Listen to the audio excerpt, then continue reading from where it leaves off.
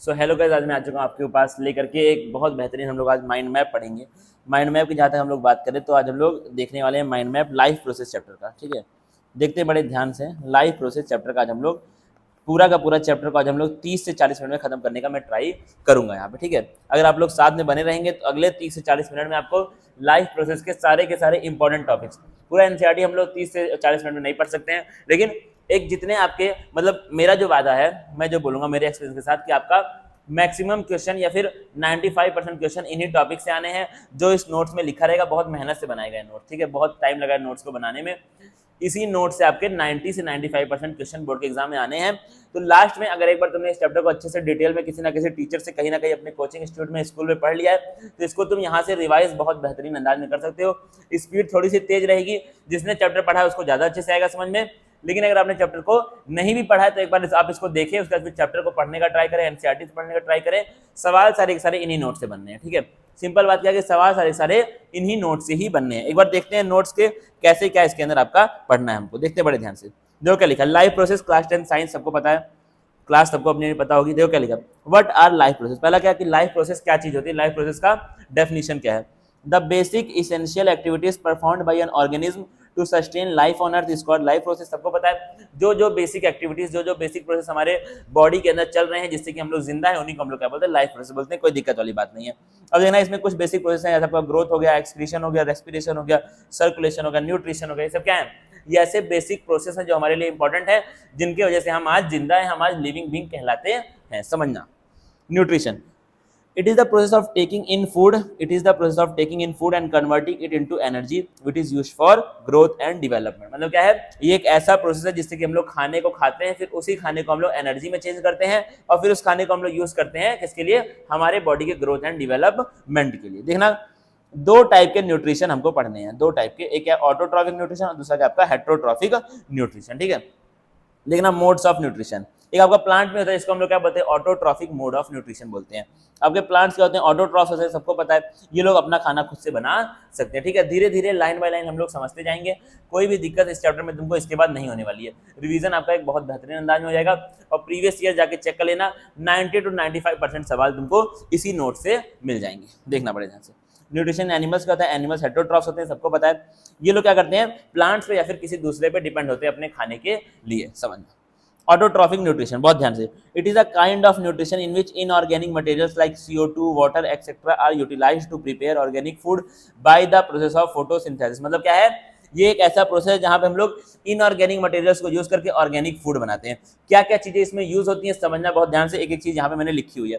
Autotrophic nutrition is fulfilled by the process of by which autotrophs takes in carbon dioxide and H2O and convert these into carbohydrate in the presence of chlorophyll, sunlight is called photosynthesis। मतलब क्या है, एक ऐसा autotrophic nutrition जहां पे क्या है, CO2 और H2O को प्लांट लेगा, सनलाइट और क्लोरोफिल के प्रेजेंस में उसको कन्वर्ट करेगा किसमें, कार्बोहाइड्रेट में, ग्लूकोज में।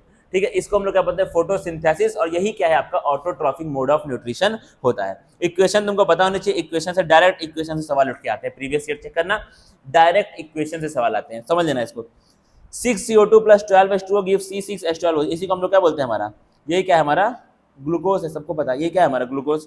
थोड़ा थिकनेस पेन की कम होनी चाहिए, और यही क्या है हमारा ग्लूकोज है। ठीक है, अब समझना 6O2 बनता है और साथ में कौन है, 6H2O। बाई प्रोडक्ट भी तुमको याद होने चाहिए, ये रिएक्शन एज इट इज तुमको पता होना चाहिए किसमें क्या हो रहा है, कहाँ हो रहा है और कब हो रहा है। ठीक है, in the presence of sunlight और क्लोरोफिल के प्रेजेंस में आपका ये होता है, सबको पता है। समझना, क्या क्या इवेंट होते हैं, देखना पूरा प्रोसेस क्या क्या इवेंट्स इसमें होते हैं। पहला क्या होगा, एब्जॉर्प्शन ऑफ लाइट एनर्जी होगा, कौन करेगा, क्लोरोफिल। क्या करेगा, क्लोरोफिल सूरज की, सन की लाइट एनर्जी को एब्जॉर्ब करेगा।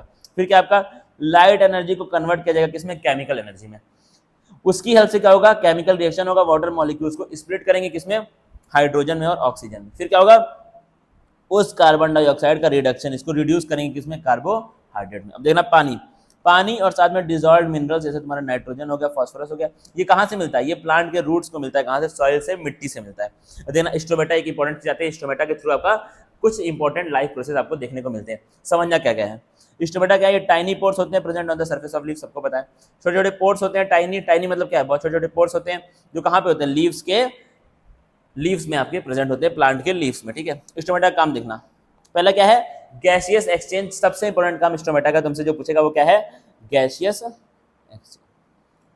समझ से आना भाई, थोड़ा स्पीड तेज रहेगी क्योंकि माइंड मैप है ये आपका रिवीजन का, ठीक है। तो क्या होता है आपका गैसियस एक्सचेंज सबसे इंपॉर्टेंट काम है किसका, स्टोमेटा का। अगला समझना क्या लिखा है यहाँ पे, loses a large amount of water, मतलब क्या है, स्टोमेटा के थ्रू आपका एक बहुत लार्ज अमाउंट ऑफ वाटर भी लूज होता है, ठीक है, समझना। अगला क्या है तुम्हारा, heterotrophic nutrition, all heterotrophs depend on autotrophs for their nutrition. सही भाई, जाहिर सी बात है, ऑटोट्रॉफिक न्यूट्रिशन हमने पढ़ लिया, जहां पे हमने फोटोसिंथेसिस देखा, यहाँ पर क्या पढ़ना है अब, हेट्रोट्रॉफिक। तो स्टोमेटा के काम ये दो थे, एक क्या था गैसियस एक्सचेंज, दूसरा क्या है ट्रांसपिरेशन के टाइम पे पानी जो आपका प्लांट के पास जो एक्सेस वाटर है उसको लूज कर देना, क्योंकि वो प्लांट के काम का नहीं रह जाता है। इससे ट्रांसपिरेशन से अगर तुमको थोड़ा सा और जानना है तो इससे क्या आता है आपका, इसको प्लांट को कूलिंग इफेक्ट मिलता है, ठीक है, बार बार थिकनेस क्या मिलता है इससे, प्लांट को कूलिंग इफेक्ट मिलता है। दूसरा क्या है, और भी इसके काम है, समझ में नहीं आ रहा ये, हाँ ये ठीक है, क्या मिलता है इससे, प्लांट को आपका कूलिंग इफेक्ट मिलता है देना। दूसरा और क्या होता है, प्लांट का इससे सक्शन फोर्स आती है, सक्शन फोर्स का वजह से पानी ऊपर जाता है, सक्शन पुल मिलता है प्लांट को। तो ये सब क्या आपके, ये सब क्या आपके ट्रांसपिरेशन के काम है, ठीक है, ये भी आपके लिए इंपॉर्टेंट है, हो सकता है पूछ ले एनसीईआरटी में, अगर नहीं भी दिया है तो भी, ठीक है, समझना क्या लिखा हुआ है। और there are 3 main types of heterotrophic nutrition, देखना कौन कौन से मेन टाइप्स हैं हेट्रोट्रॉफिक न्यूट्रिशन के। पहला क्या है आपका, होलोजॉइक न्यूट्रिशन। क्या है होलोजॉइक, होलोजॉइक का मतलब क्या है, यहाँ पे कंप्लीट न्यूट्रिशन, कॉम्प्लेक्स फूड को सिंपल फूड में कन्वर्ट करना, समझना। Complex food is taken into a specialist digestive system, क्या होगा, जो भी कॉम्प्लेक्स फूड आप बाहर से खा रहे हैं वो कहाँ पे जाएगा, आपके डाइजेस्टिव सिस्टम में जाएगा, उसको हम लोग ब्रेक डाउन करेंगे किसमें, छोटे छोटे पीसेस में एब्जॉर्ब करने के लिए। क्या होगा, एक बार जब छोटे पीसेस में एब्जॉर्ब हो गया तो उसका क्या हो जाएगा, आपका ब्रेक डाउन उसका हो जाएगा, ठीक है। कहाँ पे होता है आपका, अमीबा में भी होता है और ह्यूमंस में भी तुमको ये देखने को मिल जाएगा, ठीक है, समझना। सेप्रोफाइटिक, दूसरा क्या तुम्हारा, सेप्रोफाइटिक न्यूट्रिशन, ठीक है, organism feed on dead organic remain of other organism, मतलब क्या है, ऐसे ऑर्गेनिज्म, ऐसा न्यूट्रिशन जहां पे क्या हो रहा है, दूसरे ऑर्गेनिज्म, दूसरे डेड एंड डिकेइंग ऑर्गेनिज्म के ऊपर फीड किया जा रहा है, उसको हम लोग क्या बोलेंगे, उस न्यूट्रिशन को हम लोग क्या बोलेंगे, सेप्रोफाइटिक न्यूट्रिशन बोलेंगे। और जो ऑर्गेनिज्म ये शो करते हैं उनको हम लोग क्या बोलते हैं, उनको हम लोग क्या बोलते हैं, सेप्रोफाइट्स बोलते हैं। क्या बोलते हैं, याद रखना भाई, इसको हो सकता है सवाल, कुछ चीज़ों में एक्स्ट्रा बता रहा हूँ उसको नोट करते जाना। मैंने बोला है 95% सवाल इस नोट से आएगा, 2-4-5% सवाल जो मैं तुमको एक्स्ट्रा चीज़ें बता रहा हूँ जो एनसीईआरटी के बाहर की है, वहाँ से सवाल तुम्हारा बन सकता है, ठीक है। तो उनको हम लोग क्या बोलते हैं, सेप्रोफाइट्स बोलते हैं, समझना इसके बाद क्या लिखा हुआ है। एग्जाम्पल क्या इसका, fungi, fungi like bread moulds, east and mushroom, ये सब क्या शो करते हैं, सेप्रोफाइटिक न्यूट्रिशन शो करते हैं। अगला देखना, पैरासाइटिक न्यूट्रिशन, जो आपका पैरासाइट्स में देखने को मिलता है, organism obtain food from other और living organism with the host receiving no benefit from the parasite, मतलब क्या है आपका, ये क्या करेंगे, जो पैरासाइट्स होते हैं वो लोग किसी दूसरे होस्ट की बॉडी के ऊपर या फिर बॉडी के अंदर रहते हैं और उसी का न्यूट्रिशन, उसी के खाने पीने को लेते हैं। इससे जो होस्ट है, जिसकी बॉडी में वो लोग रह रहे हैं या फिर जिसकी बॉडी के ऊपर वो लोग रह रहे हैं, उसको उससे कोई भी फायदा नहीं मिलता है। इसमें फायदा किसका सारा का सारा, पैरासाइट का फायदा है। अब पैरासाइट देखो, इसमें नोट्स में नहीं दिया, एक्स्ट्रा पॉइंट बता रहा हूँ। पैरासाइट्स आपके दो टाइप के होते हैं, एक होता है तुम्हारा एंडो पैरासाइट, देखना बड़े ध्यान से, एक क्या आपका एंडो पैरासाइट और एक क्या है आपका एक्सो पैरासाइट। एंडो मतलब जो बॉडी के अंदर रहे, एक्सो मतलब जो कहाँ रहे, बॉडी के ऊपर रह करके न्यूट्रिशन प्राप्त करे। एग्जाम्पल क्या इसका, कस्क्यूटा एग्जाम्पल है, टिक्स एग्जाम्पल है, लाइस, लीचेस एंड टेपवर्म्स, ये सब के सब क्या है, पैरासाइट्स है। ये क्या है, सबके सब पैरासाइट्स है।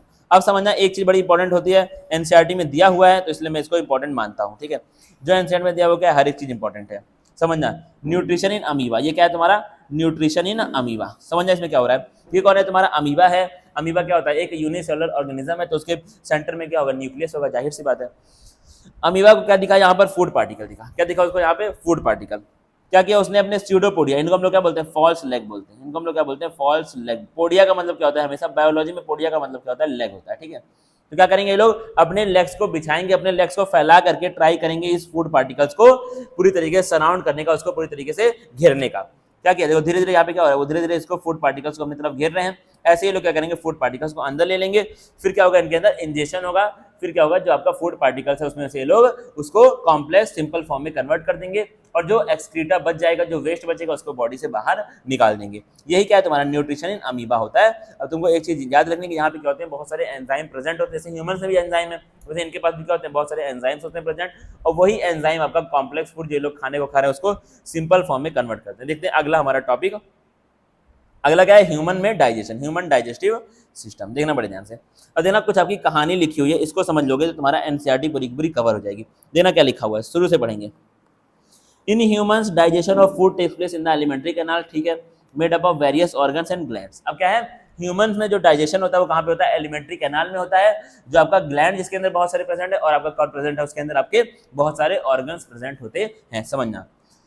In the mouth, food is crushed into small particles through chewing and mixed with saliva, which contains amylase for digesting starch। मतलब क्या है, जो आपका मुंह होता है उसके अंदर क्या होता है, फूड को छोटे छोटे पार्ट्स में तोड़ा जाता है टीथ की हेल्प से, फिर क्या होता है आपका च्यूइंग होती है टीथ की हेल्प से, उसको हम लोग फिर उस खाने को हमारे टंग की हेल्प से मिक्स करते हैं सलाइवा के साथ, और सलाइवा में एक एंजाइम होता है उसको हम लोग क्या बोलते हैं, सलाइवरी एमाइलेज बोलते हैं, उसी का दूसरा नाम क्या है, टाइलिन एंजाइम है। क्या है, टाइलिन एंजाइम क्या करता है ये आपका, उसी खाने में जो भी स्टार्च वाला पार्ट है उसको डाइजेस्ट करने का काम करता है। अगला देखना, सॉलो करने के बाद फूड कहाँ जाएगा, फूड आपका फेरिंग से पास होते हुए ईसोफेगस में पहुंचेगा, ईसोफेगस से वो कहाँ पे जाएगा, आपका स्टमक में पहुंच जाएगा। अब ईसोफेगस में क्या होती है, पेरिस्टालसिस होती है, अगर नहीं दिया है यहाँ लिख लो, ईसोफेगस से जो खाना पास होता है वो कैसे होता है, पेरिस्टालसिस की हेल्प से होता, ठीक है, पेरिस्टालसिस होता है, समझना उसके क्या लिखे। अलग है आपका जो गैस्ट्रिक जूस है उसके अंदर कौन है, पेप्सिन है, पेप्सिन भी क्या करता है, प्रोटीन को डाइजेस्ट करता है। और गैस्ट्रिक जूस, देखो गैस्ट्रिक जूस इंपॉर्टेंट है, एनसीईआरटी में 3 चीजें दी हैं जो गैस्ट्रिक जूस में प्रेजेंट होती हैं, पहला क्या है पेप्सिन एंजाइम, दूसरा क्या HCl, दूसरा क्या HCl, तीसरा क्या आपका म्यूकस। अब देखना तीनों के काम क्या एक दूसरे से इंटर रिलेटेड है। पहला देखना पेप्सिन क्या करता है, प्रोटीन को डाइजेस्ट करता है, बात खत्म हो गई। अब जो पेप्सिन एंजाइम है ये बस खाली एसिडिक पीएच पे ही काम कर सकता है। देखो एंजाइम का क्या होता है, सारे एंजाइम अलग अलग पीएच पे काम करते हैं, ठीक है। तो पेप्सिन के लिए जो सुटेबल पीएच, जिसको हम लोग ऑप्टिमम पीएच बोलते हैं, वो कौन है, पेप्सिन के लिए ऑप्टिमम पीएच क्या है, एसिडिक पीएच है, तो पेप्सिन तभी काम करेगा, इसलिए वहां पे कौन प्रेजेंट है, एसिड प्रेजेंट है। बाकी कोई बैक्टीरिया आ गया, माइक्रो ऑर्गेनिज्म आ गया, तो उसको भी मारने का काम कौन करता है, HCl करता है। अब HCl क्या एसिड है, एसिड मतलब क्या होगा, कोरोसिव होगा, कहीं ना कहीं क्या होगा, वो कोरोसिव होगा। उस HCl से स्टमक की लेयर को बचाने का काम कौन करता है, म्यूकस करता है। कौन करता है, म्यूकस। तो क्या है, इन तीनों के काम क्या है, आपस में इंटर रिलेटेड है। अगला देखना, The hydrochloric acid creates an acidic medium which facilitates the action of enzyme pepsin। सही है। The mucus protects the inner lining of the stomach from the action of acid under normal condition। जाहिर सी बात है, from the stomach the food now enters the small intestine। The small intestine is the site of complete digestion of carbohydrate, protein and fat। तो क्या है, small intestine वो जगह है जहां पर कार्बोहाइड्रेट, फैट और आपका कौन है, प्रोटीन, इन तीनों का कंप्लीट डाइजेशन होता है। अगला समझना, the liver secretes bile which emulsifies fat. अब देखना जो लीवर है वो क्या करता है, लीवर से निकलता है बाइल जूस, जो क्या करता है, फैट का इमल्सिफिकेशन करता है। देखना इमल्सिफिकेशन ऑफ फैट का मतलब क्या है, यहां लिखेंगे इमल्सिफिकेशन ऑफ फैट, समझना बड़े ध्यान से,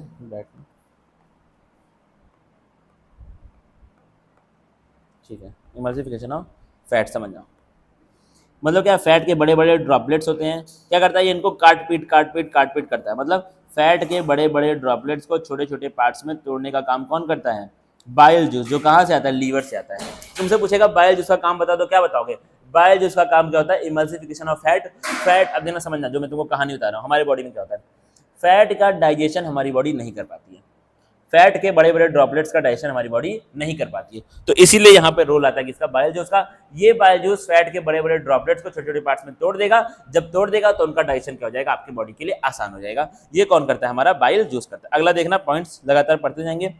the pancreas secrets pancreatic juice. क्या करता है, पेनक्रियाट सीक्रेट करता है क्या, पेनक्रियाटिक जूस। पेनक्रियाटिक जूस जिसके अंदर, अब देखना सबसे इंपॉर्टेंट, पेनक्रियाटिक जूस बहुत इंपॉर्टेंट है, जिसके अंदर एंजाइम्स हैं, एमाइलेज, ट्रिप्सिन और लाइपेज। एमाइलेज स्टार्च को डाइजेस्ट, ट्रिप्सिन प्रोटीन को डाइजेस्ट, लाइपेज फैट को डाइजेस्ट, समझ गए, respectively. In the small intestine carbohydrate, protein and fats are completely digested into. देखो कार्बोहाइड्रेट चेंज जाएगा ग्लूकोज में, प्रोटीन हो जाएगा चेंज किसमें, अमीनो एसिड में, और फैट किसमें, फैटी एसिड एंड ग्लिसरॉल में। तुमसे पूछेगा कार्बोहाइड्रेट, प्रोटीन और क्या नाम है आपका फैट, इसकी सिंपलर फॉर्म्स बताओ, तो क्या है, कार्बोहाइड्रेट की ग्लूकोज, प्रोटीन की अमीनो एसिड, फैट की फैटी एसिड एंड ग्लिसरॉल। देखो और इंपॉर्टेंट आ गया, तुमसे पूछेगा विलाई का रोल क्या है, देखना the villi of small intestine absorb the digested food and supply it to every cell of the body. तो क्या आपका स्मॉल इंटेस्टाइन का जो विलाई है वो क्या करता है, डाइजेस्टेड फूड को एब्जॉर्ब करेगा और उसको बॉडी के हर एक पार्ट में पहुंचा देगा। आखिरी क्या हो गया तुम्हारा, the unabsorb food is sent into large intestine where more villi absorb water, waste water from this material. मतलब क्या है, जो आपका अनएब्जॉर्ब फूड है, जो आपका अब खत्म फूड है, जो आपके काम का नहीं है, उसको कहाँ भेजेंगे, लार्ज इंटेस्टाइन में भेजेंगे। और लार्ज इंटेस्टाइन में एक काम होता है, जो अनएब्जॉर्ब फूड में जो पानी बचा हुआ है उस पानी को वो एब्जॉर्ब करके बॉडी को दे देगा। जो खाली सामान है वो बॉडी से आपका रिमूव हो जाएगा, बॉडी के बाहर निकल जाएगा। किसकी हेल्प से, आपका एनस की हेल्प से जो फालतू सामान है वो बॉडी के बाहर निकाल दिया जाएगा फीसेस के रूप में। ठीक है, अब देखना बड़े ध्यान से, हमने अभी लगभग मेरे ख्याल से कितना जो भी 10-5 मिनट हुआ है उसके हिसाब से हमने nutrition in human beings, nutrition का हमने पूरा का पूरा पार्ट पढ़ चुके हैं हम लोग। अब क्या हमको पढ़ना है, रेस्पिरेशन पढ़ना है। देखो इतना आसानी से 5 मिनट 6 मिनट में हमने न्यूट्रिशन खत्म कर लिया। ठीक है, अब अगले 5-6 मिनट में रेस्पिरेशन हो जाएगा। ऐसे क्या करते हैं 30-35 मिनट में तुम्हारा ये चैप्टर पूरा हो जाएगा। और ये बायोलॉजी का एनसीईआरटी का सबसे बड़ा चैप्टर है। अगर तुमने पढ़ाई की तुमको पता होगा, नहीं पता है तो मैं बता दे रहा हूँ। ठीक है, मैंने पढ़ाया है तो मुझे पता है। रेस्पिरेशन इन ह्यूमन बींग्स, क्या है रेस्पिरेशन इन ह्यूमन बींग, समझना।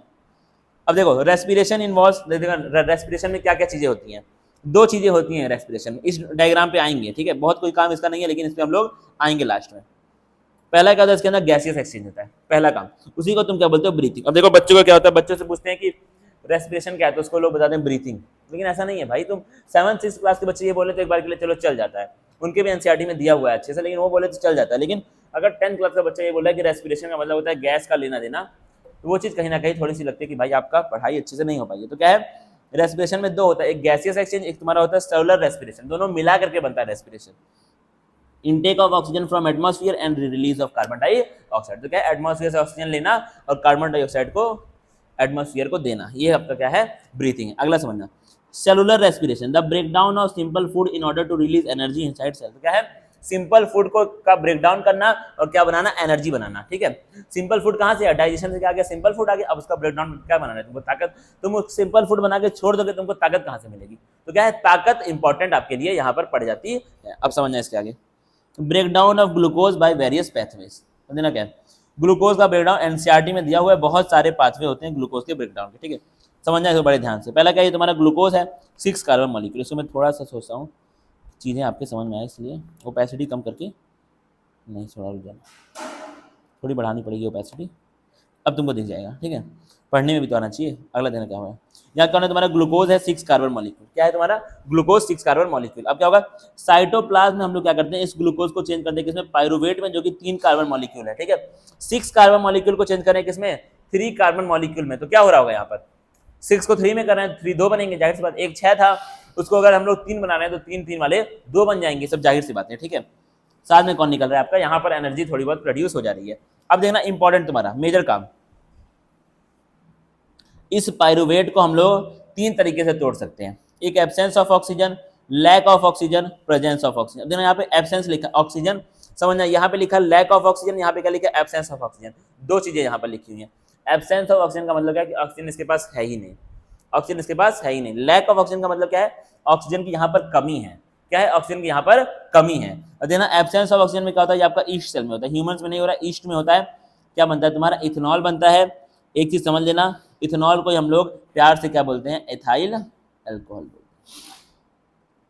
क्या बोलते हैं इसको हम लोग, इथाइल अल्कोहल बोलते हैं। ठीक है, समझना पड़ेगा ध्यान से। साथ में कौन बनता है, कार्बन डाइऑक्साइड, और कौन बनता है तुम्हारा, एनर्जी बनती है। इथेनॉल का होता है 2 कार्बन का मॉलिक्यूल होता है, यहाँ इसका फॉर्मूला मैं लिख दे रहा हूँ रेफरेंस के लिए। ठीक है, अभी कार्बन एंड नीड्स का बॉन्ड पढ़ोगे तो अपने आप तुमको फॉर्मूला समझ में आ जाएगा। ठीक है, कौन है, C2H5OH यहाँ पर बनता है। ठीक है, समझना बड़े ध्यान से। इसके आगे देखना क्या हो रहा है। अब कौन है, लैक ऑफ ऑक्सीजन, ये कहाँ पर होता है देखना, समझना एक चीज को बड़े ध्यान से। ये पता नहीं क्यों मार्कर ये बहुत बड़ा मोटा चल रहा है ऐसा।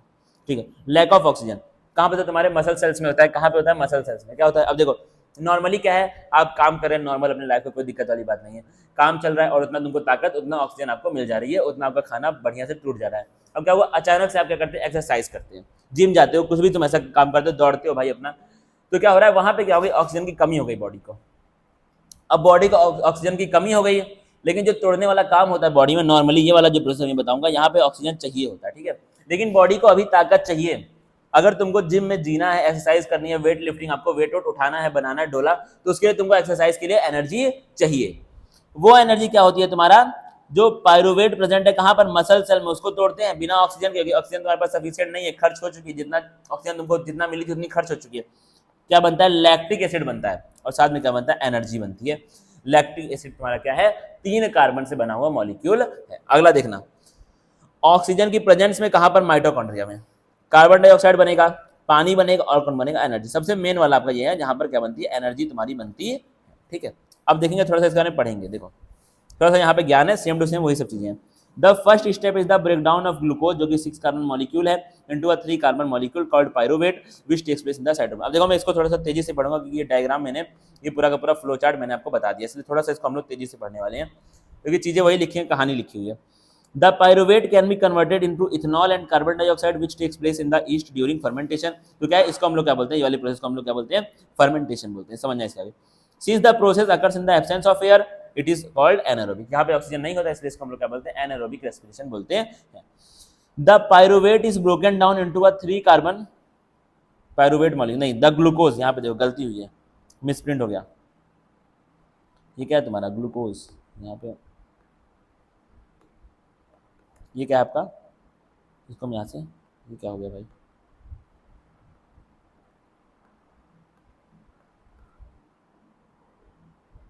ब्लैक कलर हो जा रहा है, चलो ठीक है कोई दिक्कत वाली बात नहीं है। वाइट, अच्छा वाइट के ऊपर वाइट नहीं चलता है, चलो ठीक है। यहाँ पे क्या है, पायरुवेट की जगह पे यहाँ पे आपका कौन है, झंझट इसमें, ठीक है। यहाँ पे कौन है, यहाँ पे रियल में कौन होगा, ग्लूकोज होगा, ठीक है। ये पायरुवेट नहीं है, ये कौन है आपका, ग्लूकोज है। तो क्या है, ग्लूकोज को हम लोग तोड़ते हैं किसमें, 3 कार्बन मॉलिक्यूल में, ठीक है। In the presence of oxygen to give 3 molecules of carbon dioxide and water. पढ़ चुके हैं हम लोग, ये चीज हम लोग पढ़ चुके हैं। फ्लो चार्ट अगर एक बार तुमने पढ़ लिया, अब देखो ये इतनी कहानी तुमको पढ़ने का नीड ही नहीं है अगर आपने फ्लो चार्ट को अच्छे से पढ़ लिया है तो, ठीक है, समझना। This process take place in mitochondria, ये वाला प्रोसेस आपका कहाँ पर होता है, अरे भाई एनर्जी कहाँ बनती है, माइटोकॉन्ड्रिया बनती है, सबको पता, बच्चे बच्चे को पता है एनर्जी कहाँ बनती है, माइटोकॉन्ड्रिया, इसलिए उसको हम लोग क्या बोलते हैं, बताना भाई। Since this process takes place in the presence of oxygen it is known as aerobic respiration. The pyruvate is converted into lactic acid when there is lack of oxygen in our muscle cells which is also a 3 carbon molecule. पढ़ चुके हैं भाई, समझाऊंगा नहीं इस चीज को। अब देखना जो इंपॉर्टेंट है, तुमसे सवाल जो है पूछता है बोर्ड में, this buildup of lactic acid in our muscles during sudden activity causes cramp. मतलब क्या है, जब तुम अचानक से कुछ काम को करते हो तो क्या होता है, तुम्हारा लैक्टिक एसिड वहां पर बनना स्टार्ट हो जाता है, और जब लैक्टिक एसिड आपके मसल्स में एक्यूमुलेट हो जाएगा तो क्या कॉज करता है, क्रैम्प आपके पैर में आता है। जब आप नए नए कुछ काम करते हैं, एक्सरसाइज करते हैं, दौड़ते हैं, जिम करते हैं, इस तरह काम जब आप करते हैं तो। Terrestrial organism use atmospheric oxygen for respiration, whereas aquatic organism use oxygen dissolved in water। जाहिर सी बात है। In humans, inhalation of air occurs through following pathway। अब देना ह्यूमंस में कैसे आपकी हवा पास होती है, समझना। नॉस्ट्रिल मतलब नाक के छेद में जाएगी, फिर नाक के पैसेज में, नेजल पैसेज में जाएगी, वहां से फेरिंग्स में, फिर लैरिंग्स में, फिर ट्रैकिया में, फिर ब्रोंकस में, फिर ब्रोंकियोल में, फिर आखिरी आपका क्या है, एल्वियोलाई या फिर एल्वियोलस, सिंगुलर और प्लूरल का खेल वहां पर है, समझना।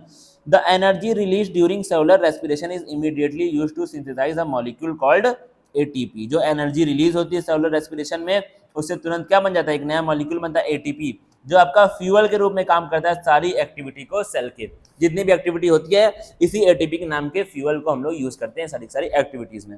In this process ATP is broken down giving rise to a fixed amount of energy which can derive the endothermic reaction taking place in the cell। तो क्या है, अब जितने भी रिएक्शन सेल में होने, जितने भी काम सेल में होने हैं, उन सब में यही ATP यूज होने वाला है, यही वो फ्यूल है। तो इसी को तोड़ेंगे, एनर्जी रिलीज होगी, अब वो एनर्जी आपकी सेल के रिएक्शन में यूज हो जाएगी, सिंपल बात। एक चीज लिखा है, the rate of breathing in aquatic